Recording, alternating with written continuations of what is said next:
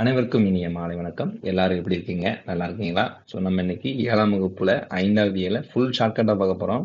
With கதையோட. அதுக்கு முன்னாடி நம்ம சேனலுக்கு புதுசா இருந்தீங்கன்னா சப்ஸ்கிரைப் பண்ணிக்கோங்க. உங்க ஃப்ரெண்ட்ஸ் யாராட்டும் டிஎன்பிசி படிச்சா கண்டிப்பா நம்ம சேனலை ரெஃபர் பண்ணுங்க. அவங்களோட சக்சஸ் உங்க கையில இருக்கு. உங்களோட சக்சஸ் நம்ம கையில இருக்கு. சரி வாங்க வீடியோக்குள்ள போலாம். ஸோ இன்ப தமிழ் கல்வி. இது என்னப்பா? அதாவது தார்சன். நான் ஒண்ணு சொல்லுவேன். பாரதிதாசன்னா நீங்க தார்சன் படம் பார்த்திருக்கீங்களா? அந்த தார்சன் அப்படின்னு மட்டும் ஞாபகம் வச்சுக்கோங்க மைண்ட்ல. தார்சனுக்கு பாடம் சொல்லிக் கொடுப்பாங்க யாரு? அந்த அமெரிக்க பெண்மணி. சரியா? அப்போ பாடம் சொல்லி கொடுத்துட்டு இருக்கல இவர் என்ன செய்தாரு? கொஞ்சம் நாலேஜ் வந்துருச்சு. உடனே ஒரு கவிதை எழுதுவோம் தன்னோட லவரை பத்தி அப்படின்ட்டு என்ன செய்தாரு? ஒரு ஏடு எடுத்துட்டு காட்டுக்குள்ள போறாரு. அதான் வந்து இந்த கதை. சரியா? அந்த பாட்டுமே அதைத்தான் சொல்லியிருக்கோம். ஸோ இன்பத்தமிழ் கல்வினா கல்வியை கத்துக்கிட்டு இன்பமா எங்க போறாரு பாரதிதாசன்? கவிதை எழுதணும் அப்படின்ட்டு போறாரு. போகும்பொழுது என்னென்ன வருதான்? எல்லாமே வருதான். என்னெல்லாம் வருது? ஸோ தாமரை வருது, ஓடை வருது, பூ வருது, சூரியன் வருது, மயில் போன்ற பெண்கள். ரைட்டா? இதான் முக்கியம். உண்மையிலே இதுல வந்து இதான் கேட்பாங்க. எப்படி கேட்பாங்க அப்படின்னு கேட்டீங்கன்னா, இந்த இருக்கு பாருங்க. ஆடும் மயில் போன்ற பெண்கள். அப்போ பெண்களை எது கூட கம்பேர் பண்ணியிருக்காரு அப்படின்னு ஒரு ஒன்னோட கேட்பாங்க. அந்த மாதிரி நல்ல தோல் வலிமையோடு இருக்கக்கூடிய வீரர்கள் வந்து என்ன செய்வாங்களாம்? ஸோ என்னோட இதை பேசுவாங்களாம். விவசாயி என்னுடைய வேர்வை நாத்தத்தை நீ வந்து சாரி அது வந்து அடுத்த படத்துல வரும். சாரி சாரி தப்பா சொல்லிட்டேன். இந்த மாதிரி சொல்லியிருக்காப்ல. இப்படிலாம் ஒவ்வொன்றும் வந்து என்னது? ஸோ என்னை பத்தி எழுது என்னை பத்தி எழுதுன்னு சொல்லல. இவருக்கு வந்து மனசுல ஒரு கஷ்டம். என்ன கஷ்டம் அப்படின்னா நம்ம தமிழ் மக்கள் வந்து என்னது ரொம்ப அறியாமையில கிடக்காங்க. அப்ப அவங்க எல்லாருமே என்னது மேல வரணும். அப்படி வரணும்னு நினைச்சு அவங்க கண்டிப்பா தமிழ் படிச்சாகணும். இன்பத் தமிழ் கல்வி படிச்சாங்கன்னா அவங்க வாழ்க்கையில மேல வந்துருவாங்க அப்படிங்கிறாங்க. ஸோ இந்த தீம்ல எது வந்து எக்ஸாம் பாயிண்ட் ஆஃப் வியூ ரொம்ப முக்கியம் அப்படின்னு கேட்டீங்கன்னா இந்த இதுல இருந்து முக்கியம். ஸோ இன்னலிலே தமிழ்நாட்டிலே உள்ள என் தமிழ் மக்கள் துயின்றிருந்தனர். துயின்றிருந்தனர் உறங்கியிருந்தாங்க அப்படின்னு அர்த்தம். சரியா? அன்னதோர் காட்சி இரக்கம் உண்டாகி என் ஆவியில் வந்து கலந்ததுவே. ஆவியில் கலந்ததுன்னா என்னோட மனசுல வந்து சொல்லுது. இன்பத்தமிழ் கல்வி யாவரும் கற்றவர் என்றுரைக்கும் நிலை ஏறிவிட்டால் துன்பங்கள் நீங்கும் சுகம் வரும் நெஞ்சினல் தூய்மை உண்டாகிவிடும் வீரம் வரும் அப்படின்னு பாரதிதாசன் சொல்லியிருக்காரு. சரி எத்தனைக்கும்னா முயலும் அப்படின்னு தான். நம்ம எத்தனை தடவை முயன்றாலும் சரி நமக்கு தேவை வெற்றி. டிஎன்பிசி எக்ஸாம் அடிச்சே ஆகணும். அதான் மேட்டர். ஸோ வெறுப்பு. வெறுப்புடானுப்பா இந்த மலை மேல யார ஏறணுமா நானு அப்படின்னு போலீஸ் ட்ரைனிங் போறவங்கலாம் ரொம்ப கஷ்டப்படுவாங்க. மலை காலனினா வயலு நிகர்னா சமம். உனக்கு நிகர் நான் தான்டா. டிஎன்பிசியில கண்டிப்பா நான் அடிப்பேன்டா. ஸோ பருதி அப்படின்னா கதிரவன் அப்படின்னு நமக்கு தெரியும். அன்னதோர் அப்படின்னா அப்படி ஒரு. ரைட்டா? கார்முகில்னா மலைமேகம். துயின்று இருந்தனர்னா உறங்கி இருந்தனர். ரைட்டா? ஸோ துயின்று இருந்தனர்னா உறங்கி இருந்தனர். துயரத்துல உறங்கிட்டாங்க அவன். தமிழர்லாம் பாவம். அதான் கதை. ரைட்டா? ஸோ பாரதிதாசன்னால என்னது ஒரு சிம்பிள் கதை தான். பாரதிதாசன் வந்து என்ன செய்வாரு? பாண்டிய மன்னன்ட்ட போறாரு. பாண்டிய மன்னன்ட்ட போயிட்டு நான் என்ன செய்றேன்? ஸோ என் தங்கச்சி அழகா சிரிச்சுக்கிட்டு இருக்கா. ஆனா அவ சிரிப்பை பார்த்து நான் ரொம்ப நாளாச்சு. ரைட்டா? எங்க அப்பா பசியில் அங்கே இங்கேயும் ராந்திக்கிட்டு இருக்காரு. என் தங்கச்சி கத்தியை வச்சுக்கிட்டு இருக்கா. ஸோ எங்க அம்மா சேர தாண்டவம் மாறிக்கிட்டு இருக்காங்க. கண்ணகி கண்ணகி எப்படி இது பண்ணாங்களோ புரட்சி பண்ணாங்களோ அந்த மாதிரி புரட்சி பண்ணிட்டு இருக்காங்க. அப்ப அவங்க இது எல்லாத்தையும் தீக்கணும் அப்படின்னா எனக்கு பணம் வேணும்.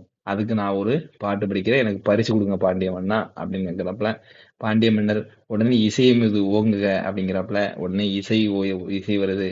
உடனே பாட்டு படிக்காது. பாட்டு படிச்ச உடனே அவருக்கு பணம் கொடுக்குறாங்க. இருண்டு கிடந்த அவர் வீட்டுல குடும்பம்ங்கிற விளக்கு வந்து என்னன்னா எரிய வச்சாரு அப்படிங்கிறது தான் ஃபுல் கதை. ஸோ இப்போ நான் சொன்ன எல்லாமே பாரதிதாசனுடைய நூல். நீங்க உங்களுக்கு சரியா புரியலன்னா மறுபடியும் ஒரு ரிமைண்ட் பண்ணி பார்த்துக்கோங்க. ஸோ இப்போ பாருங்க. பாண்டிய மன்னன்ட்ட போறாரு. அழகான சிரிப்புள்ள என் தங்கச்சி சிரிப்பு இல்லாம இருக்காங்க. இரண்டு வீட்டுக்கு குடும்ப விளக்காவது கண்ணகி புரட்சி காப்பியம். ஸோ பிசிராந்தியர்னா பசியில எங்க அப்பா ராந்துறான்னு சொன்னா பசியில் இருந்தா என்ன செய்வாரு? சாகத்தான் செய்வாரு. அப்ப சாகித்ய அகாதமி விருது இதுக்கு கிடைச்சிருக்கு அப்படின்னு வச்சுக்கோங்க. ஸோ இந்த கவிதை இந்த இன்பத்தமிழ் கல்வி அப்படிங்கிற கவிதை பாரதிதாசனுடைய கவிதைகள் அப்படிங்கிற தொகுப்புல இருந்து தமிழ் பேரு அப்படிங்கிற ஒரு இதுல அப்ப இன்பத்தமிழ் கல்வி நீ பெருடா பெரு அதான் தமிழ் பேரு அப்படிங்கிற தலைப்பு வந்து எடுத்திருக்காங்க. ஸோ நெக்ஸ்ட் பாருங்க. அழியா செல்வம். அழியா செல்வம்னா என்னப்பா? நீ எவ்வளவு செல்வம் சேர்த்தாலும் சரிதான். உனக்கு அழியாத செல்வம் நாலே நாலு அடி கூலி தான். எல்லாரும் 6 அடிம்பாங்க.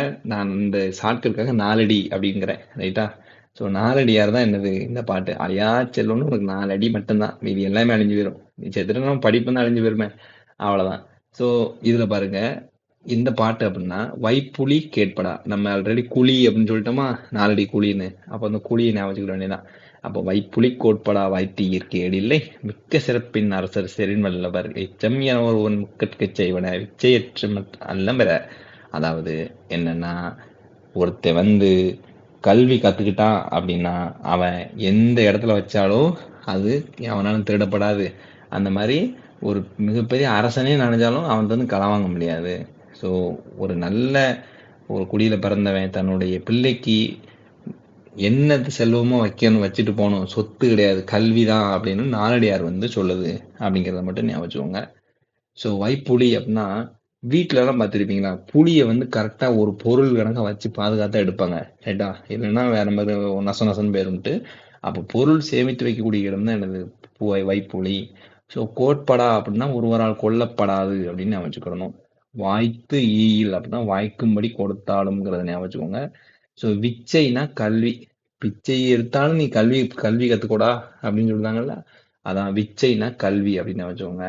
வல்லவர்னா ஸோ என்னது, ஸோ பாருங்க ஒவ்வாறுனா கவர முடியாது. இது ரொம்ப ரொம்ப முக்கியம். நம்மளோட லவ்வரை யாராலுமே கவர முடியாது சரியா, நம்மளை தவிர வேற யாராலும் கவர முடியாது.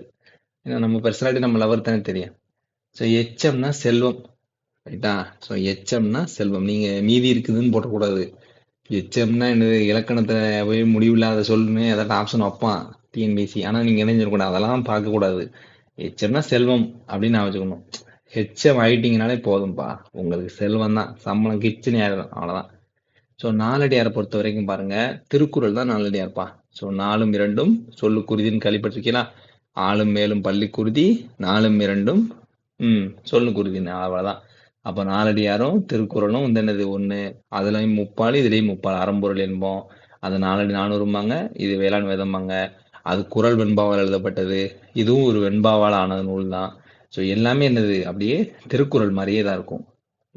நெக்ஸ்ட் பாருங்க, வாழ்விக்கும் கல்வி. ஸோ நமக்கு நம்மளை வாழ வைக்கக்கூடிய கல்வி தான் நமக்கு என்னது, 3 சாமி. அதை ஞாபகம் வச்சுக்கணும். நம்ம வாழ்விக்கக்கூடிய கல்வி 3 சாமி. அந்த 3 சாமிக்கும் பொதுவானது எதுன்னு கேட்டீங்கன்னா திருக்குறள். இந்த கான்செப்ட் வச்சுக்கிட்டீங்கனாலே முடிஞ்சது, வேற ஒண்ணுமே இல்லை. ஸோ 3 சாமின்னு ஏன் சொன்னேன் அப்படின்னா பின்னாடி நான் சொல்றேன் பாருங்க. ஸோ உலகத்துல ரொம்ப அருமையானது என்னன்னு கேட்டீங்கன்னா காலமறிது தான் சரியா, காலம் தான். அதனாலதான் திருவள்ளுவரே என்ன சொல்லியிருக்காரு தன்னுடைய திருக்குறள்ல, காலமறிதல் கல்வி அப்படிங்கிற 2 அதிகாரத்தை வந்து என்னன்னா வச்சிருக்கா சொல்லப்படுது. அது பாருங்க, கல்வி அப்படிங்கிறவங்க எப்படி இருக்கணும் அப்படின்னு கேட்டீங்கன்னா, ஸோ கேடில் விழுச்செல்வம் கல்வி ஒருவருக்கு வாடல்ல மற்றையவை. ஸோ கற்ற கல்விதான் செல்வம் அப்படிங்கிறத இந்த திருக்குறள் வந்து என்ன அப்படின்னு கேட்டீங்கன்னா சொல்லுது.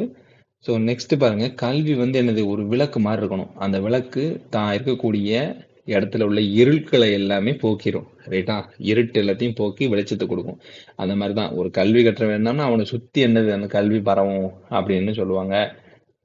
இதைத்தான் சொல்லியிருக்காங்க. கல்வி இல்லாத வீடு என்னது, கல்வி இல்லாத நாடு விளக்கில்லாத வீடு மாதிரி, ஒரு யூஸும் கிடையாது சரியா. அந்த வீட்டுல எவனுமே தங்க மாட்டான், அந்த மாதிரி அந்த நாட்டுல யாரும் இருக்க மாட்டான், அதான் மேட்டர். ஸோ நெக்ஸ்ட் பாருங்க, கற்றவரும் கல்லாதவரும்னா திருவள்ளுவர் மாதிரி ஒரு கேலி கூத்தான ஆள் யாரும் கிடையாது. ஏன் அப்படி சொல்றேன் அப்படின்னா, திருவள்ளுவர் வந்து என்ன சொல்லிருக்காரு, ரொம்ப படிக்காதவங்களை பத்தி ரொம்ப ஒரு இதா, அதாவது படிக்காத அப்போதைக்கு இருந்தவங்களை எதுவும் சொல்லலை திருவள்ளுவர். அவர் என்ன சொல்றாரு, எதிர்காலங்களில் நீங்க படிக்காம இருந்தீங்கன்னா நீங்க வந்து என்னது விலங்குக்கு ஈக்குவலானவங்க தான் அப்படின்னு கேள்வி பண்ணியிருக்கதா இந்த புத்தகம் சொல்லியிருக்கு. கல்வியறிவு இல்லாதவர்களை திருக்குறள் போர் குறை கூறியவர் வேறு எவரும் இல்லை அப்படின்ட்டு சொல்லியிருக்காங்க.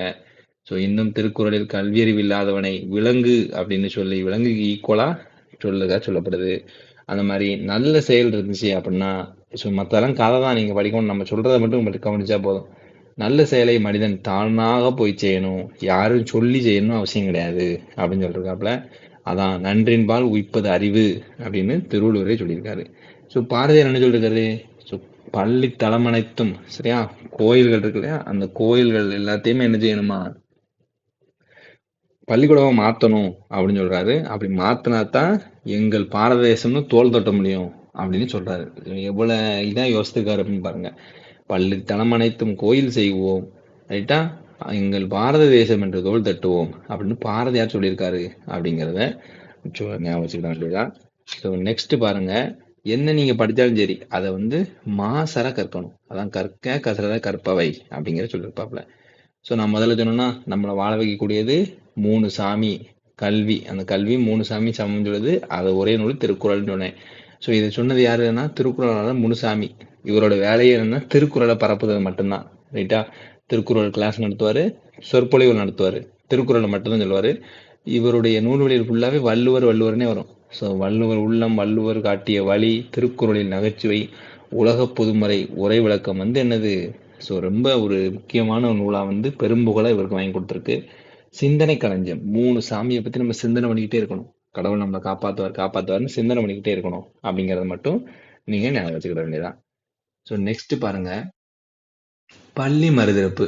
ஸோ பள்ளி மறுதிறப்புனா என்னன்னா, இந்த இருக்கு ஸ்கூலு, இந்த ஸ்கூல்ல பாருங்க மரம்லாம் இருக்கா. ஸோ பையங்க போய் என்ன செய்றாங்க, இந்த சோறை இறக்கி வச்சு ஆடுதாங்க. சோறை இறக்கி வச்சு ஆடுனோடனே என்ன செய்றாங்க, வாத்தியார் அடிக்கிறாரு. அடிச்ச உடனே அந்த வாத்தியார் என்ன செய்யறான், அந்த பையன் என்ன செய்யறான், ஸ்கூலுக்கு வர மாட்டேன் அப்படிங்கிறான். உடனே அந்த பையனை கூப்பிட்டு, தம்பி, குழந்தை தொழிலாளர்கள் முறையெல்லாம் ஒழிக்கணும், ஒழுங்கா ஸ்கூலுக்கு வாங்க, ஸ்கூலுக்கு படிங்க, நீங்க இயற்கை வளங்களை அழிக்கக்கூடாது, கொப்புகள் எல்லாத்தையும் நீங்க உடைச்சிங்கல்ல, மரம், இந்த மரத்தில் உள்ள கொப்பெல்லாம் உடைச்சிட்டாங்க, அதனாலதான் நான் உன்னை அடிச்சேன், நீ மறுபடியும் ஸ்கூலுக்கு வாடா அப்படின்னு சொல்லி ஒரு கதைலாம் சொல்லுவார். ரைட்டா? அவர் தான் யாரு அப்படின்னு கேட்டிங்கன்னா ஒரு வாத்தியார். அந்த வாத்தியார் என்ன செய்றாரு, தன்னுடைய ஸ்கூல் ஸ்டேட் ஃபர்ஸ்ட் வரணும் அப்படிங்கிற கனவு கொண்டுகிட்டு இருப்பாரு. ரைட்டா? அந்த கனவு கண்ட ஒரு மகான் தான் யாரு அப்படின்னு கேட்டிங்கன்னா சுப்ரபாரதி மணியன். ரைட்டா? இவர் என்னன்னா ஒரு தொடக்கப்பள்ளியினுடைய தலைமை ஆசிரியராக இருந்திருப்பாரு. ரைட்டா? குழந்தை தொழிலாளரை ஒழிக்கணும், நான் ஆல்ரெடி சொன்னேன்னா குழந்தை தொழிலாளர் ஒழிக்கணும்டா, இயற்கை வளத்தையும் பாதுகாக்கணும்டா, அதுக்கு தான் உங்களை அடித்தேன் அப்படின்ட்டு சொன்னாரா. அதை நான் வச்சுக்கணும். அதுக்கப்புறம் என்ன கேட்டிங்கன்னா, ஸோ கனவு அப்படிங்கிற இலக்கிய இதழ் நான் சொன்னேன்னா, ஸோ தன்னுடைய ஸ்கூலை ஸ்டேட் ஃபர்ஸ்ட் வர வைக்கணுங்கிற இவரோட கனவு. அந்த இலக்கிய இதழ் எடுத்திருக்காரு. ஸோ இவர் கிளாஸ் எடுத்தாரு, நிறைய கதை சொல்லுவார். அப்படி ஒரு கதை தான் இப்போ நான் சொல்ல போகிறேன். என்னன்னா, ஸோ புத்து மண், ஒரு புத்து இருக்கு இல்லையா, அந்த புத்துக்கு பின்னாடி போய் இவர் என்ன செஞ்சுக்கிடுவாராம், ஒளிஞ்சுக்கிடுவாராம். ஸோ ஒரு கதை சொல்றாரு, ஒரு கதையா, புத்துக்கு பின்னாடி போய், பின்னல்னா பின்னாடின்னு வச்சுக்கணும், போய் ஒளிஞ்சுக்கிட்டார். ஒளிச்சுக்கிட்டு தண்ணீரை புத்துக்குள்ள ஊற்றுவாராம். ஊத்தையில பாம்பு எதுவும் வந்துச்சுன்னா நினைச்சு அதை வேட்டையாடிடுவாராம். புத்துக்கு பின்னாடி போய் தண்ணி ஊற்றுவாராம், பாம்பு வேட்டையாடுவாராம். இதை நம்பது மாதிரியா இருக்கு. ஸோ இந்த மாதிரி கதை சொல்லி பையங்கள் எல்லாத்தையும் அப்படி ஈர்க்கக்கூடியவர் தான் யாரு, சுப்ரபாரதிய மணியன். ஸோ இதோட நம்ம 7ஆம் வகுப்பு கிளியர் பண்ணிட்டோம். சாரி, 7ஆம் வகுப்புல 5வது இயல் கிளியர் ஆயிடுச்சு. கீழே வாங்க. ஸோ இங்கே வாங்க. ஸோ என்றைக்குமே இங்கிலீஷ்லேருந்து தமிழ் வரணும், தமிழ்லேருந்து இங்கிலீஷ் ஈஸியாக போட்டுருவீங்க. உங்களுக்கு குழப்பத்துக்கு என்ன செய்வான், சம்மர் வெக்கேஷன் கொடுப்பான், கோடை விடுமுறைன்னு அடிச்சிடணும். சைல்டு லேபர், குழந்தை தொழிலாளர், டிகிரினா பட்டம். ஸோ லிட்ரஸினா என்னது, கல்வி அறிவு. ஸோ மாறல்னா நீதி அப்படின்னு அர்த்தம். மாறா, நம்ம ஜெபிச்சிட்டோம் மாறா, அப்போ மாறல்னா நீதி அப்படின்னு வச்சுக்குவோம். ஸோ யூனிஃபார்ம்னா சீருடை, கைடன்ஸ்னா வழிகாட்டுதல், டிசிப்ளின்னா ஒழுக்கம். ஸோ இதோட இந்த வீடியோ நிப்பாட்டிக்கலாம். நம்ம சேனலுக்கு தொடர்ந்து ஆதரவு கொடுங்க. கண்டிப்பாக வெற்றி நம்மகிட்ட தான் இருக்குது, சக்ஸஸ் பண்ணுவோம். வாங்க, வணக்கம்.